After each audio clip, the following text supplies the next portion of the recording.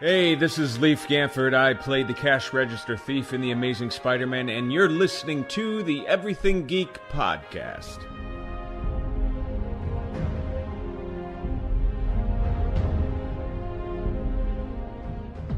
Hey, this is Rich McDonald, and I play Commander David Mason on Call of Duty Black Ops 2. And you're listening to Everything Geek podcast.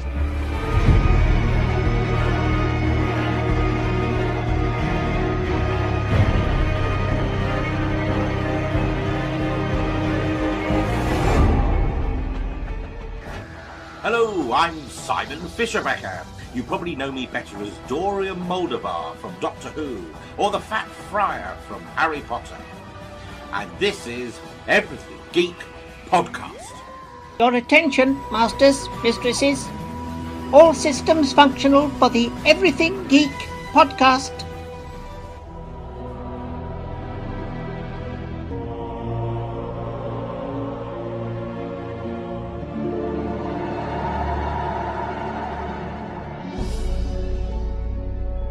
Hey, it's James Arnold Taylor, the voice of Obi-Wan Kenobi and Master Poku in Star Wars The Clone Wars, and you're listening to Everything Geek, the podcast.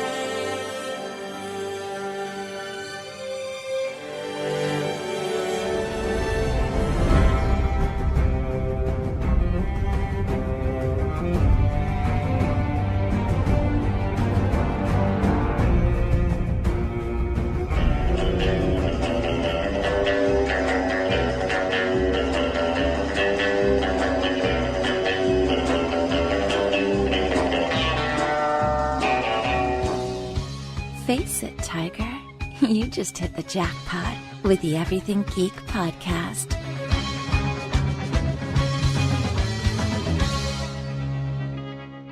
Hello everyone, you're listening to the Everything Geek podcast. I'm your host Ruari, and joining me is co-host Graham. Hello. And also joining us today is a very special guest. We have composer Murray Gold, who is best known as the composer of the revived Doctor Who series, 18 episodes of Torchwood, and the theme music composer of the Musketeers and Shameless. So how are you today, Murray? I'm good, actually. I just kind of woke up. Yeah, we've all had that feeling before, even in the afternoon. It's not the afternoon. I have you know, it's 1 hour before the afternoon. It's a pleasure to have you with us on the podcast. Well, it's a pleasure to be here. Virtually. So getting right into the questions, Murray, my first question for you is, how did you decide you wanted to get into music as a career? Well, it was more a case of not wanting to do any of the other things that were on offer. I think I probably thought that when you left school, everything became far more serious and adult. And in fact, it didn't do the things that I wanted to do and pursue those things. And I think most musicians, you know, if they get a chance to do music, anyone who likes music, they will just take that chance. But, you know, unfortunately, there are a lot of very talented musicians who don't get to carry on doing music. But I was one of the lucky ones to get through. Very interesting, thanks for that. My second question is, how were you hired to compose the music for Doctor Who when it was revived in 2005? Were you a fan of the show before you got hired? I was, yeah. I watched it probably from 1973, when I was 3 years old, until about 1980. And nowadays I always tell Peter Davison that he was the Doctor I gave up watching Doctor Who on. He wasn't that bad, was he? I don't know. I literally never saw any of his episodes. It was that Tom Baker was gone. That was it. I'm done. I'm off. Goodbye. It's like the scarf's gone. I'm gone. I'm not having it. I'm not accepting it. I refuse to change. It's not like that now, of course. Yeah. Moving on to my third question. In your work on Doctor Who, you've created a number of scores that are now very iconic, including the main themes for the Doctors and for the companions. Which of your Doctor Who scores are you most proud of? Well, I mean, I guess, you know, this is boring, but I always say the last one. And actually, in this case, the last Christmas score I was really proud of. But before that, I think maybe the score I loved the most was the Pandorica episodes. I don't know why, I just remember really loving doing those episodes. Very interesting choices. My fourth question is, for the Doctor Who spin-off, you composed music for 18 episodes of Torchwood. This included some Series 1 episodes and the entire of the Series 4 episodes for Torchwood. Would you have liked to have done more music for the whole show, like done all of it? Or were you happy with only doing the number of episodes that you did?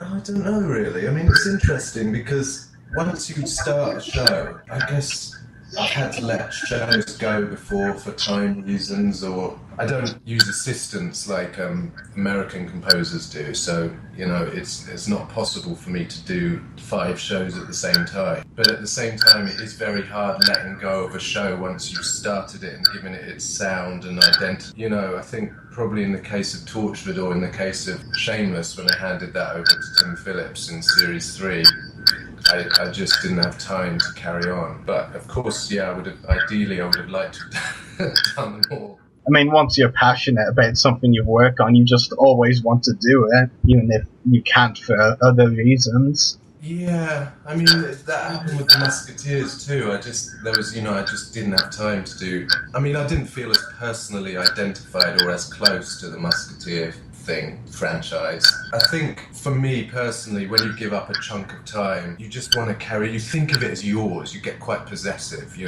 get quite possessive about the show. You just don't want someone else to be sitting up late at night staring at the characters that you love, writing the music for it, and that's my general attitude, I suppose. That's a good attitude to have. My fifth and final question is, do you have any upcoming composing jobs or any other projects you would like to talk about?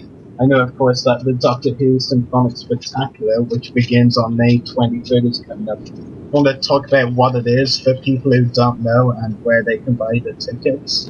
Well, I think to buy the tickets, you just put Doctor Who Symphonic Spectacular into your browser, and it will direct you.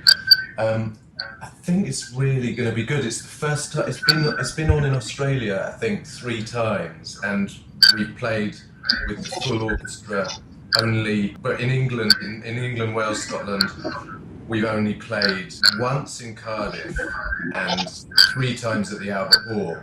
And so the ticket crunch for the Albert Hall is really bad. It's hard to get tickets, only seats 5,000.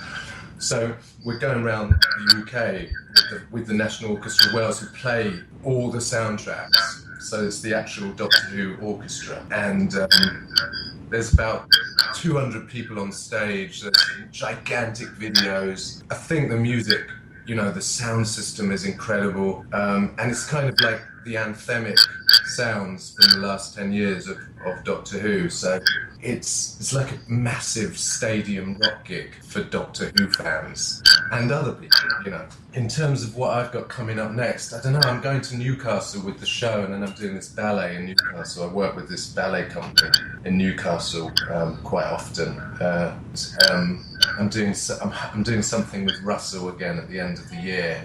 But right now, it's all about Doctor Who Series 9. Well, I'm sure there will be a great turnout for Doctor Who Symphonic Spectacular, and I'm sure Doctor Who Series 9 will have many great scores for us to enjoy.